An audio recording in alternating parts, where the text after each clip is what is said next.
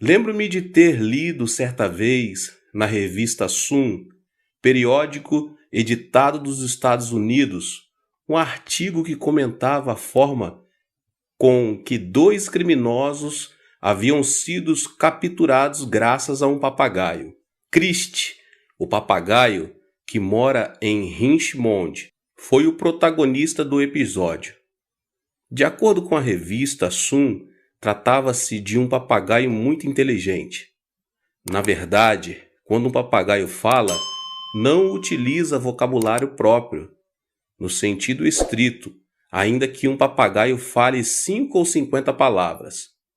Não tem poder criativo em sua linguagem, porque ele se limita a imitar o som.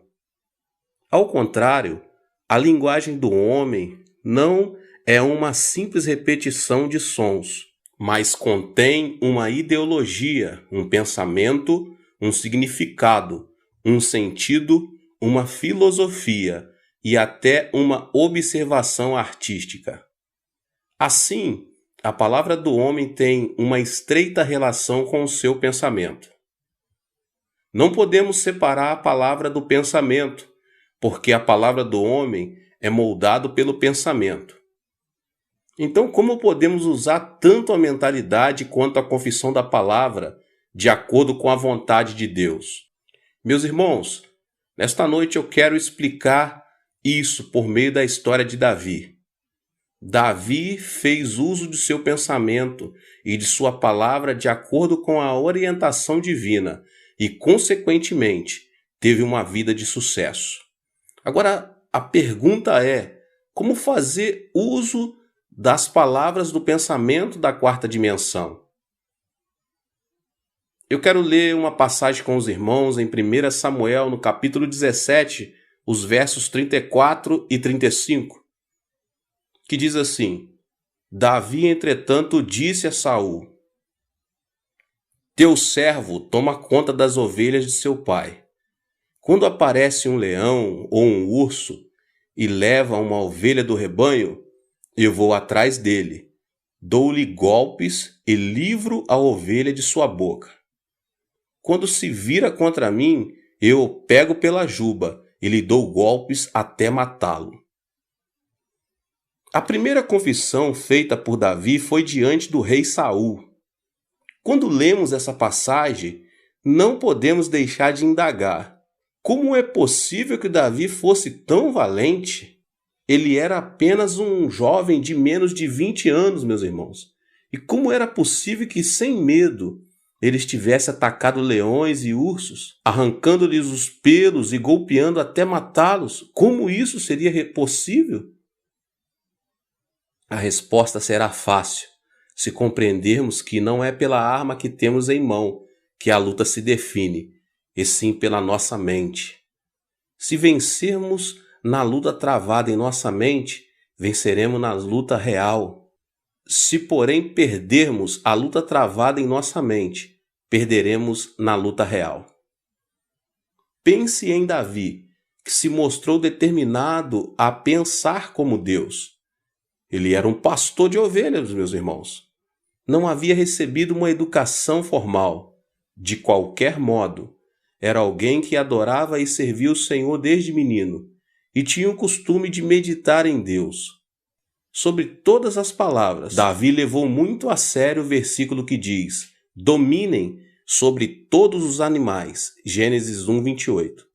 O texto mostra que Deus é o Deus criador do universo. Com certeza, era baseado nessa passagem que Davi imaginava como mataria os animais selvagens, esquecendo-se de sua condição física e de sua idade. Em outras palavras, meus irmãos, ele empregava a técnica de disciplina mental. Assim, a imagem própria de Davi deixou de ser a de um jovem pastor de ovelhas e passou a ser de um guerreiro experimentado. É por isso que sempre que vinham leões e ursos para capturar suas ovelhas, Davi levantava-se e lutava contra eles até matá-los. A chave do sucesso de Davi foi que ele conquistou a vitória na luta travada em sua mente. É provável que, pela fé, ele pensasse: quando Deus fez o homem, deu-lhe o poder de dominar a terra e tudo que nela existe. Portanto, eu tenho o poder de vencer esses animais ferozes. Davi já havia vencido os leões e os ursos em sua imaginação. Por isso podia atacar esses animais com coragem. Se Davi tivesse pensado: não posso, isso não vai acontecer, é impossível, e tivesse se deixado levar pela ansiedade e pelo temor, os animais selvagens não teriam fugido, e mais, eles o teriam devorado. No entanto, Davi já havia vencido a batalha na mente, e assim pôde vencer também na luta real. Da mesma forma, a vitória e o fracasso de nossa vida dependem de nossa atitude mental. Agora eu quero falar com os irmãos as palavras que promovem o pensamento da quarta dimensão. O texto está em 1 Samuel, capítulo 17, versos 46 e 47. Olha só o que Davi diz: hoje mesmo o Senhor o entregará nas minhas mãos. Eu o matarei e cortarei a sua cabeça. Hoje mesmo darei os cadáveres do exército filisteu às aves dos céus e aos animais selvagens, e toda a terra saberá que há Deus em Israel. Todos os que estão aqui saberão que não é por espada ou por lança que o Senhor concede vitória, pois a batalha é do Senhor, e ele entregará todos vocês em nossas mãos. A segunda confissão foi feita por Davi diante de Golias.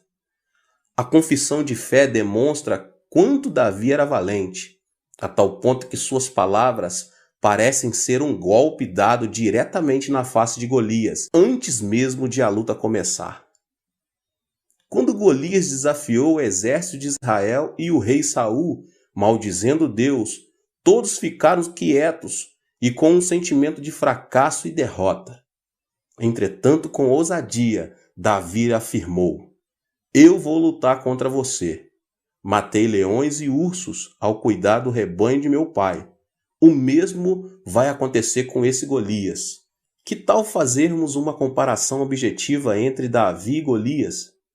Golias era um homem de quase 3 metros de altura, e sua armadura de guerra pesava 60 quilos. Se sua armadura pesava tanto assim, podemos imaginar como aquele homem era grande. O povo de Israel estava atemorizado por ouvir a voz ameaçadora do gigante durante 40 dias no vale de Elá. Eles já estavam mentalmente vencidos na batalha contra Golias. Davi era diferente. Ele tinha apenas 17 anos de idade e não tinha praticamente nenhuma experiência de guerra. Além disso, não se comparava fisicamente a Golias. Aquela parecia uma batalha já definida. Entretanto, meus irmãos, Davi pensava de outra maneira. Como esse filisteu pagão e incircunciso atreve-se a desafiar o exército do Deus vivo e seu povo? Deus está conosco, por isso esse gigante não significa nada para nós. Não importa sua altura e seu peso. Davi não pensou em outra coisa a não ser na vitória que Deus lhe haveria de conceder, meus irmãos. Pela mente humana, via-se a advertência que seria inútil atacar Golias, mas Davi, que havia concebido a mente divina, pensava diferente.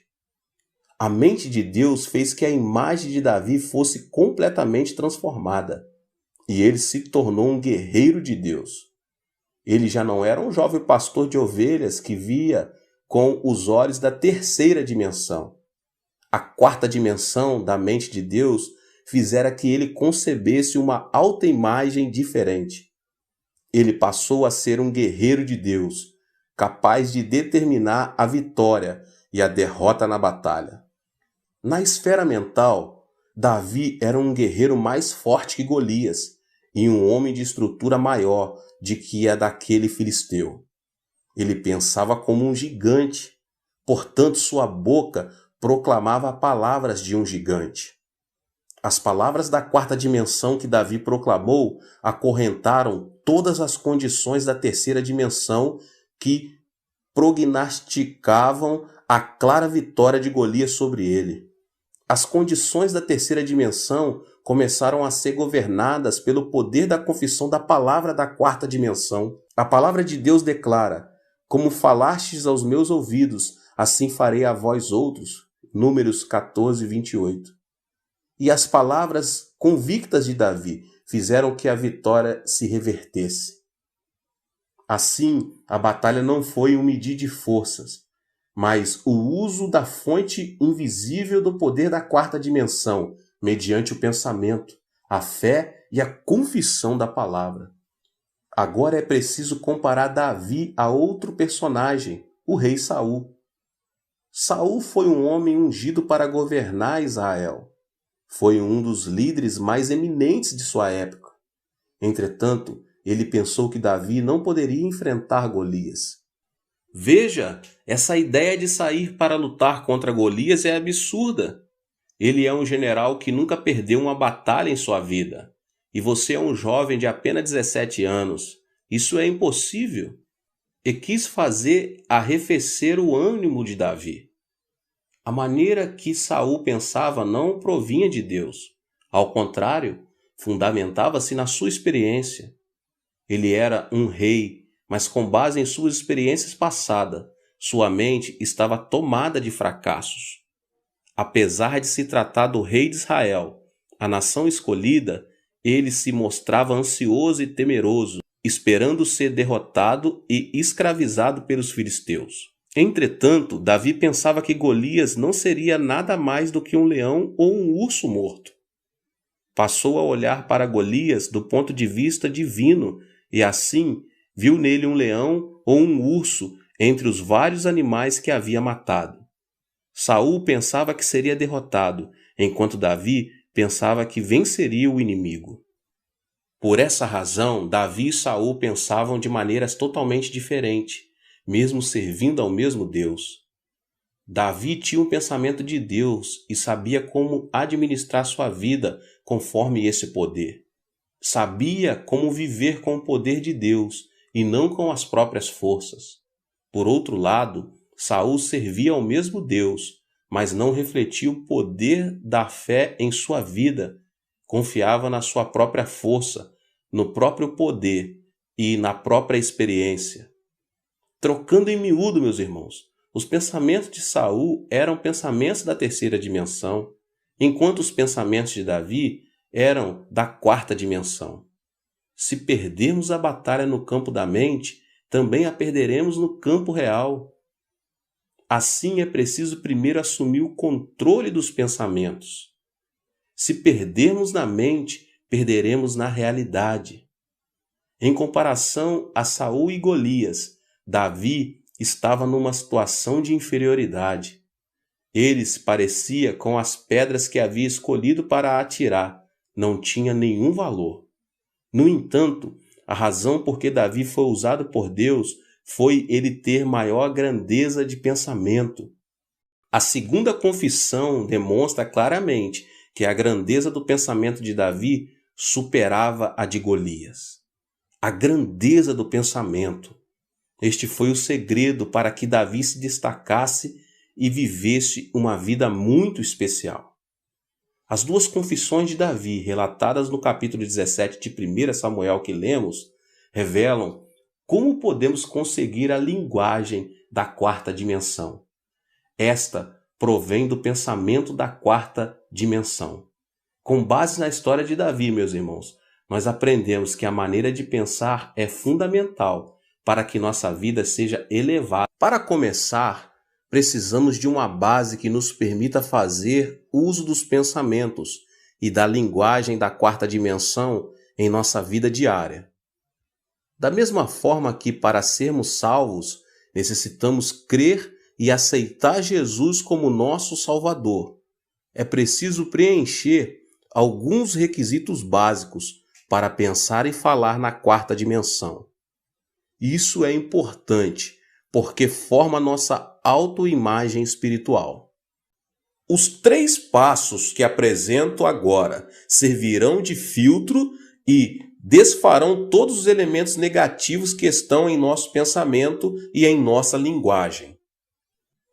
O primeiro passo é o arrependimento. A maioria das pessoas sabe que o pensamento positivo e a linguagem positiva resultam em benefícios. De fato, ouvem-se muitos discursos e pregações em que se enfatiza a necessidade de pensar e falar positivamente. O estranho, entretanto, é que as pessoas não pensam nem falam de forma positiva, mas deixam-se invadir por pensamentos e palavras negativas. Como consequência disso, caem num poço de frustração e ansiedade. A Bíblia explica por que o homem, mesmo sabendo que o pensamento e a linguagem positiva são bons, mas não os põe em prática. Primeiro, o homem tem a tendência de pensar e falar negativamente. Deus não criou o homem dessa maneira. O homem foi criado segundo a imagem de Deus. Por conseguinte, ele deveria pensar e falar positiva, ativa e criativamente. Depois da queda de Adão, porém, a maneira de pensar e a linguagem foram corrompidas, tornando-se negativas. É por isso que as pessoas se acostumam ao pensar e à linguagem negativos e os consideram algo natural. Em segundo lugar, após a queda de Adão, as circunstâncias também foram corrompidas e, consequentemente, meus irmãos, o mundo passou a viver em meio à ansiedade, ao temor, à ânsia e à preocupação. O mundo decaído está cheio de coisas negativas. O que é negativo nos contagia especialmente pelos meios de comunicação em massa, pela TV, pelo cinema e pela publicidade. As notícias são negativas e transmitem uma mensagem que se resume em todos morrerão. Vivemos numa era em que as informações e o conhecimento que o mundo nos oferece nos causam temor. Resumindo, o DNA do pensamento do homem foi corrompido por causa do pecado. Além disso, o homem está exposto a circunstâncias negativas e é por isso que ele vive encerrado numa jaula de pensamentos negativos. As palavras provenientes de uma mentalidade negativa têm um poder destrutivo extraordinário e acabam destruindo relações pessoais e prejudicando as pessoas ao nosso redor. Não devemos dar lugar a pensamentos negativos, muito menos pronunciar palavras negativas. Da mesma forma, as palavras positivas são importantes, já influenciam não apenas a nossa vida, como também nosso futuro. É preciso envidar esforços para pensar e falar positivamente e corrigir o pensamento humano corrompido. Devemos nos esforçar para isso. É preciso tomar posse do direito que temos de pensar positivamente. Como podemos nos apossar desse direito? Por meio do arrependimento, é o primeiro passo. Adão e Eva foram expulsos do jardim do Éden. Assim, por mais que tivessem pensado positivamente, não poderiam mudar a circunstância e o seu destino, a menos que se arrependessem, recebessem o perdão de seus pecados e fossem aceitos por Deus. Primeiramente, devemos estar em paz com Deus para que o Espírito Santo opere positivamente sobre nossos pensamentos. É por isso que a primeira mensagem de Jesus foi: o reino de Deus está próximo. Arrependam-se e creiam nas boas novas. Marcos 1,15. Jesus disse que a primeira condição para a entrada no mundo do pensamento positivo é o primeiro passo, é o arrependimento. É preciso que nos aproximemos de Deus, arrependidos de nossos pecados. E o que é arrependimento, meus irmãos? A palavra grega metanoia não somente implica mudança de direção e abandono do pecado, mas também resulta numa mudança total que inclui pensamentos e emoções. Em poucas palavras, arrependimento é mudança de coração. Ou seja, arrepender-se é confessar e pedir perdão pelo egoísmo, pelos maus desejos do corpo, pela cobiça dos olhos e pela arrogância da vida. Arrepender-se é abandonar os pensamentos pecaminosos, renunciar ao pecado e voltar a considerar Deus como o centro da vida. Em outras palavras, arrepender-se é inclinar a balança do egoísmo para o teocentrismo. Rigorosamente falando, por mais que você passe anos congregando numa igreja, se vive uma vida egocêntrica conforme sua mesquenharia e seu pensamento pecaminoso, você não terá experimentado um arrependimento genuíno. O arrependimento implica não somente mudança do pensamento do coração, como também abandono do pecado, renúncia ao egocentrismo e volta para Deus. Um arrependimento sem obras para nada serve. É por meio de um genuíno arrependimento que adquirimos o direito de pensar positivamente. Por mais que alguém pense e fale positivamente, se não se arrepender, encontra-se em inimizade com Deus e, assim, não pode contar com a ajuda divina na operação de milagres positivos. É preciso, meus irmãos, arrepender-se de todo o coração e fazer que Deus ocupe o centro da vida. E o segundo passo é identidade. Uma vez que tenha sido transformado a essência do pensamento corrompido e sua vida tenha se tornado teocêntrica, com o objetivo de pensar e falar positivamente, você deve ter uma clara identidade de que é um santo filho de Deus. Que pai daria uma pedra a um filho que pede pão? Que pai que daria uma serpente a um filho que pede peixe? A Bíblia diz: se vocês, apesar de serem maus, sabem dar boas coisas aos seus filhos, quanto mais o Pai de vocês, que estás nos céus, dará coisas boas aos que lhe pedirem. Mateus 7:11. A identidade afirma sermos filhos de Deus, nos trará a confiança de que Deus Pai nos protegerá para sempre. Há muito tempo vi no jornal uma foto que me chamou a atenção e não pude deixar de rir. Na época, Kennedy era o presidente dos Estados Unidos. A foto mostrava como Kennedy se reunia com os ministros de cada secretaria. Obviamente, a reunião era de caráter sério e confidencial.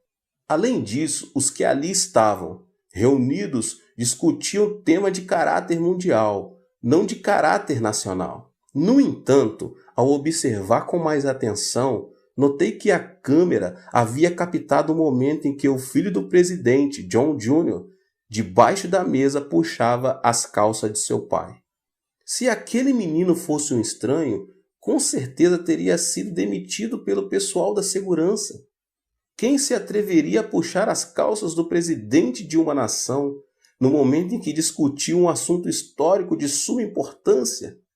Entretanto, meus irmãos, John era o filho do presidente, razão porque ele pensava: haja o que houver, meu pai se agradará de mim. O mesmo acontece conosco. Todo aquele que recebe Jesus Cristo converte-se em um filho de Deus. A partir daí, como filho de Deus, podemos viver com ousadia e coragem neste mundo. Quando tivermos a certeza de que somos filhos, poderemos viver pensando que tudo nos sairá bem. Quem confessa que Deus, Senhor dos céus e da terra, é seu Pai, pode pensar positivamente, por saber que Ele proporcionará coisas boas para a sua vida. E o terceiro passo, a cruz de Cristo. Para viver positivamente, é preciso ter um fundamento justo.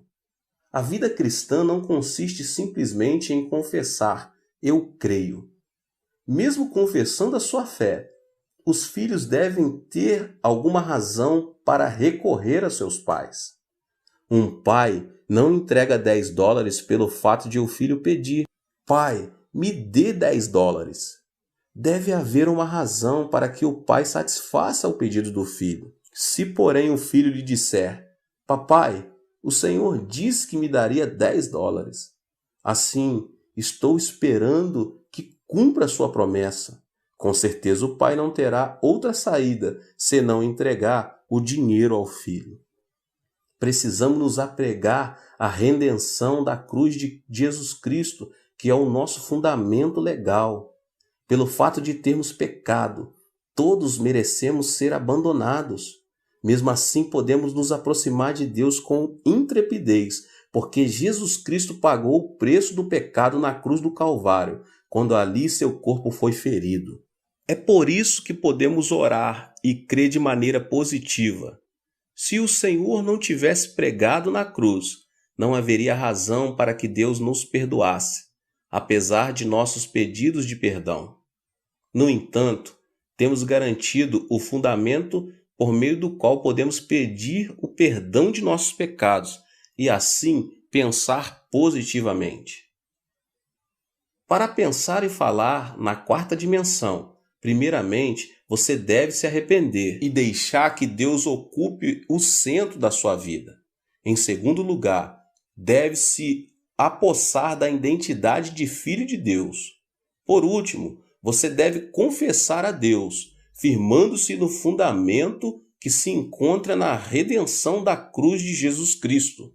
Quando você fizer dessas três condições a base do seu pensamento e da sua linguagem, estará preparado para poder tomar a atitude de viver a experiência. Como foi dito anteriormente a vocês, a atitude mental e a linguagem estão estreitamente ligadas uma à outra, de modo que, para se usar uma linguagem positiva, ativa e criativa, deve haver uma transformação na maneira de pensar, em busca de se alcançar o pensamento divino. Para transformar nosso pensamento e linguagem no pensamento e na linguagem de Deus, meus irmãos, devemos moldar nossa vida com a oração e a palavra de Deus, até chegarmos ao nível de proclamar a palavra rema da quarta dimensão. Por meio da oração, podemos semear em nosso coração o pensamento positivo. É necessário, porém, orar intensamente. Há quem argumente que a oração não consiste em quantidade, e sim em qualidade. Entretanto, isso não está correto. A oração permite que mantenhamos uma relação mais profunda e estreita com Deus. Alguns oram durante 15 ou 30 minutos, outros oram durante 1 hora. Há aqueles que dedicam mais de 1 hora diária à oração. Podemos fazer uma analogia entre o tempo que alguém dedica à oração e a visão que o profeta Ezequiel teve do rio no templo, em Ezequiel 47. Para os que oram durante 10 minutos por dia, a oração é como a água que chegou ao tornozelo do profeta. Como a graça do Espírito Santo na altura do tornozelo apenas, não se pode vencer o mundo pela fé. Para os que oram durante 30 minutos por dia, a oração é como a água que na visão chegou ao joelho do profeta. Em comparação com a água que chegou ao tornozelo, esse ponto é mais alto. Mesmo assim, meus irmãos, para aquele que se dedica a esse tempo de oração, é extremamente difícil alcançar o êxito na vida. Para os que oram durante 1 hora diariamente, a oração é como a água que chegou à cintura do profeta Ezequiel. Pode-se dizer que esses se encontram ligados ao poder de Deus. Contudo, os que oram mais de 1 hora diária nadam no rio da graça do Espírito Santo. Se você mergulha nesse rio, vive pelo poder do Espírito Santo. Assim, devemos orar, no mínimo, mais de 1 hora todos os dias. Obviamente, meus irmãos, orar é como trabalhar arduamente, o que não é nada fácil. Além do mais, isso não só implica esforço físico, como também gera um ataque espiritual. O que o diabo mais odeia são as orações dos santos. Por isso ele tenta reduzir o tempo dedicado à oração, pondo diante deles as mais diversas desculpas. Só existe uma forma de enfrentar Satanás, meus irmãos: orar mais de 1 hora por dia. Determine e pratique. Ore pedindo que você vença o diabo pelo poder de Deus. Desse modo, você experimentará o mundo espiritual da 4ª dimensão. Começará a ver as coisas sob o ponto de vista de Deus, de forma clara, concisa e limpa, e começará a viver pelo poder de Deus. Todo aquele que não vive de acordo com sua fé não passa de pó, por mais que tenha toda a autoridade, poder e glória. Quem não vive edificando justiça em seu coração vive na ilusão. Quem perdeu a justiça não passa de pó, ainda que tenha muitas riquezas. Em segundo lugar, meus irmãos, devemos semear a palavra de Deus no solo dos nossos pensamentos. A maneira mais eficaz de semear a semente do pensamento de Deus em nosso coração é semear a palavra de Deus em nosso pensamento. De Gênesis a Apocalipse, a Bíblia apresenta o pensamento de Deus. Se vestirmos a armadura do pensamento de Deus, poderemos conseguir coisas que jamais imaginaríamos conseguir com a força humana. Se você pedir ao Senhor que lhe dê uma palavra e o Senhor a conceder, milagres ocorrerão. João 15:7 diz: se vocês permanecerem em mim e as minhas palavras permanecerem em vocês, pedirão o que quiserem e lhes será feito. Quando nos referimos à palavra, pensamos na Bíblia, que é o Logos ofertado a todos os homens. É por meio dele que conhecemos Deus e sua graça.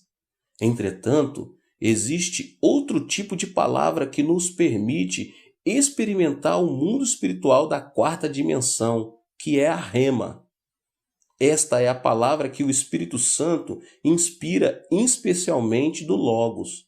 A razão por que a palavra Rema é importante deve-se ao fato de a palavra que se encontra contida na letra penetrar no pensamento do cristão, apegar-se a ele e operar um milagre.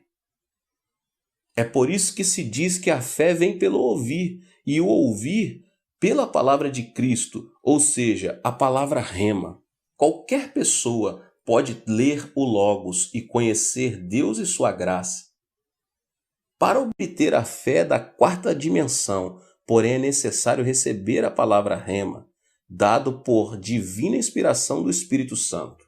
O famoso evangelista e pastor D.L. Moody referiu-se à fé baseada na palavra Rema da seguinte maneira: orei durante muito tempo para que Deus me desse fé. Eu aguardava que a fé caísse do céu como uma rajada de vento. Entretanto, a fé não chegava para mim. Até que um dia li Romanos 10:17 que diz: a fé vem por se ouvir a mensagem, e a mensagem é ouvida mediante a palavra de Cristo. Percebi que eu estava orando equivocadamente, sem abrir as páginas da Bíblia. A partir daquele instante, passei pela experiência de ver minha fé crescer rapidamente. Além disso, a palavra Rema nos ajuda a superar os obstáculos, pois move o mundo espiritual da 4ª dimensão. Laura Wilkinson, medalha de ouro na plataforma de 10 metros nos Jogos Olímpicos de Sydney, havia sofrido uma fratura na perna direita e seu treinador decidira que não a consideraria para a Olimpíada. Todavia, ao ler Filipenses 4:13 que diz: tudo posso naquele que me fortalece, ela sentiu uma grande inspiração. Tratava-se da palavra Rema para a sua vida. Ela meditava e confessava a palavra repetidas vezes durante o dia e deu graças por ela. A palavra rema começou a dominar seus lábios. Laura Wilkinson lia e confessava essa palavra dezenas de vezes ao dia. O segredo da repetição é ouvir a palavra de Deus novamente. O mesmo pensamento de Deus que se lança e volta para nós como bumerangue. Quando escutamos a palavra rema repetidamente, o poder que ela contém transforma nossa mente e nosso corpo. Não se trata de parapsicologia ou controle mental. Trata-se de aplicar o poder do Evangelho à nossa vida. Uma vez que a palavra governa nossa linguagem e sai da boca, volta aos nossos ouvidos, aumenta a fé e opera o milagre.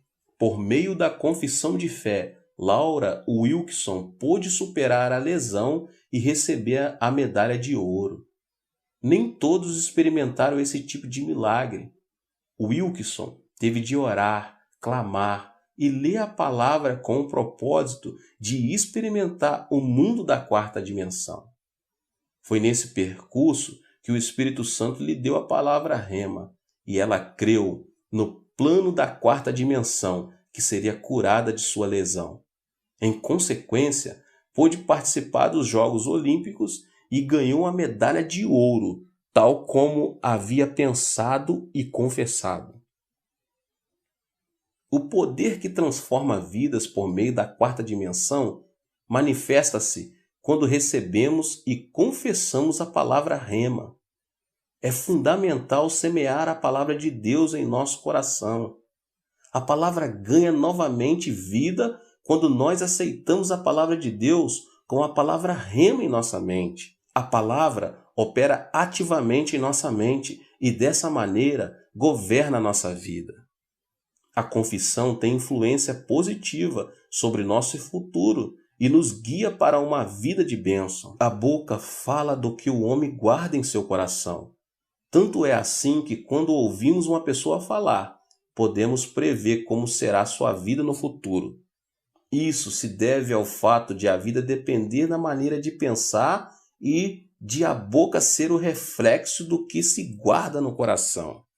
Acima de tudo, o cristão deve crer que Jesus Cristo é o dono de seus pensamentos e permitir que seus pensamentos e linguagem permaneçam debaixo da influência do Senhor. Essa é a chave pelo qual se alcançará o êxito mediante a espiritualidade da quarta dimensão. É preciso desenvolver uma linguagem da quarta dimensão por meio do pensamento. A palavra pronunciada tem o poder de atar e desatar a vida. No entanto, a maneira de pensar é o que dá forma e cor às palavras. Portanto, os simples fatos de perguntar o que você pensa é importante. Os lábios falam do que a pessoa pensa, e o que se fala com os lábios muda o futuro da vida. Portanto, devemos submeter a forma de pensar com o objetivo de proclamar a linguagem da quarta dimensão. Na vida de Davi, podemos observar que a linguagem da quarta dimensão provém da maneira de pensar. O homem foi criado para falar o que pensa. Portanto, deve encher sua mente de arrependimento, de identidade e da vitória da cruz. É nesse nível que você pode orar e proclamar a palavra rema. Essa é a técnica pelo qual podemos desenvolver a linguagem da quarta dimensão, mediante nossa maneira de pensar. Deus abençoe todos vocês, meus irmãos, que são inscritos aqui no canal. Você que ainda não é inscrito, se inscreva aqui no canal, ative o sininho das notificações para você não perder nenhum vídeo que é postado aqui nessa série da quarta dimensão. Deixe também o seu like e não esqueça, meus irmãos, de compartilhar com as pessoas que vocês mais amam, que nós amamos, né? Nós queremos bem, queremos que recebam também a palavra do Senhor. Nos vemos no próximo vídeo.